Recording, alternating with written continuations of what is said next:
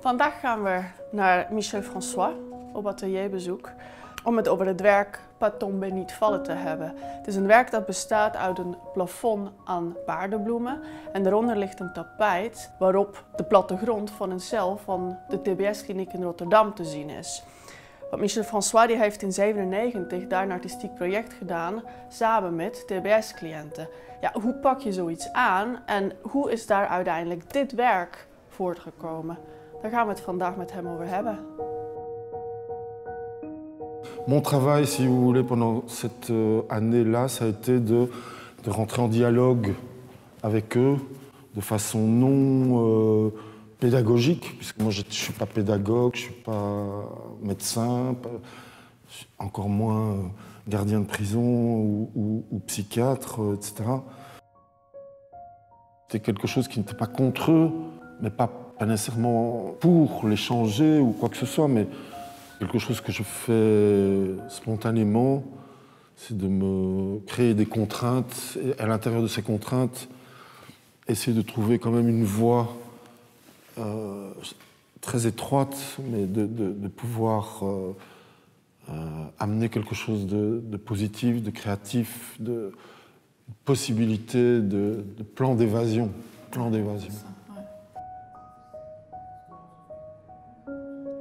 Plutôt que de faire une chose monumentale, j'ai proposé des choses beaucoup plus fragiles, on va dire. Je leur ai dit, bon, chaque fois que je viendrai avec une caméra. Si vous me donnez un scénario, une petite histoire à raconter, on filme cette histoire et le soir, tac, tac, c'est monté et vous avez un film. Ici, c'était un pissenlit à maturité sur lequel on souffle et les parachutes, on appelle ça les parachutes, ne sortent pas, ça reste. Et donc, j'avais remarqué que presque chaque prisonnier avait une fleur dans sa cellule. Et je leur ai demandé, mais comment ça se fait que vous avez tous des orchidées dans votre chambre? Ah, ça c'est l'image de la beauté, de la pureté.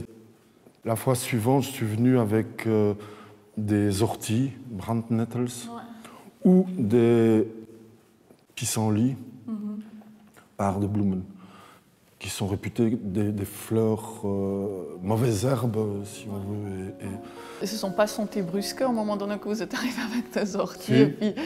Si. Il me dit, mais pourquoi tu me donnes une ortie alors que j'aime une orchidée? Je dis, tu sais, ça fait partie de la nature aussi. Il n'y a pas que la beauté pure comme tu te la représentes, mais il y a aussi des plantes qui font mal quand on les touche, quoi. Tu vois, on les appelle des mauvaises herbes.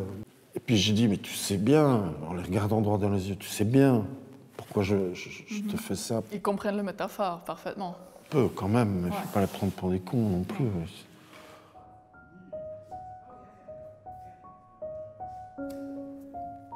J'avais une proposition de faire une exposition dans la même année au 8 et de 8. Je divisais mon temps en deux. J'allais passer 2 jours au TBS et 2 jours pour travailler au 8 et de 8. Ce qui fait que j'avais de plus en plus de mal à séparer les 2 projets. Ouais. Au 8 et de 8, je voulais parler de cette affaire, de ce sujet, sans être trop spécifiquement lié à ce TBS-là, à cet endroit, à ces gens-là, mais parler de façon plus générale de la question de l'incarcération, de la liberté, de la folie, de la criminalité, des limites, de la condition humaine, si on veut, quoi. Et puis c'était aussi dans ce temps-là que vous avez fait cette carte Pas tomber, ce qui est devenu finalement le titre en effet du travail qu'on a maintenant dans la collection. En français, tomber, c'est physiquement tomber, mais c'est aussi tomber dans être attrapé par la police, être rejoint par la folie, être rejoint par... Tomber malade, ouais. Tomber malade, c'est la chute, c'est une chute en général. Et lié aux fleurs, c'est de maintenir cette fleur entière. que le pissenlit, dans sa structure et dans son apparition, est à la fois solide, présent, là, et en même temps contient la possibilité de sa disparition, de son éparpillement, etc.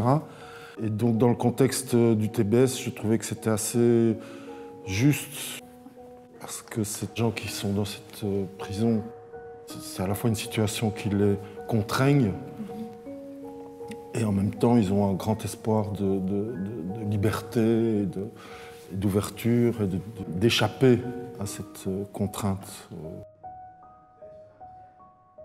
En fait, les prisonniers qui sont enfermés souffrent d'une chose qui n'est pas prévue. On arrive dans un camion dont les fenêtres sont aveugles.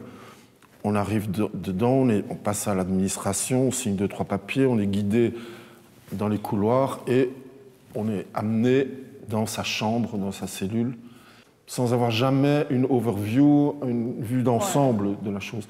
Et ça, c'est une souffrance. C'est un sens d'isolement qui est beaucoup plus restrictif que juste de ne pas pouvoir quitter une chambre, Oui, c'est de même pas savoir où cette chambre se trouve dans un contexte. C'est ça. J'ai convaincu le directeur de la prison à savoir si je pouvais donner un plan de la prison. Ouais. Et ça n'était pas facile. Donc j'ai fait faire une vue aérienne de la prison que j'ai imprimée en carte postale. Et donc les gens pouvaient faire une croix. Quand on envoie une carte postale de Venise, on met une croix sur le pont. J'étais là, j'étais ici. Et donc c'est comme ça que je suis venu à l'idée du plan, parce que le plan, c'est les architectes qui dessinent une prison, qui dessinent une cellule. Eh bien, la porte, elle est là, le lit est ici, etc. Et donc, l'expérience de la lecture d'un plan n'a évidemment rien à voir avec l'expérience de vivre dans la chose. Ouais, il y avait plus que 10 ans entre donc le plan qui était marqué sur le sol et puis après l'idée de le faire en tapis. Il y a quelque chose de contradictoire de dessiner la cellule d'une prison sur une moquette qui est liée à un bien-être. Domicile, c'est beaucoup plus... domestique, agréable, soft et doux. Et donc en installant un tapis de pissenlit au plafond, on crée en parallèle avec ce tapis, et on est compris entre ces deux extrêmes, si vous voulez.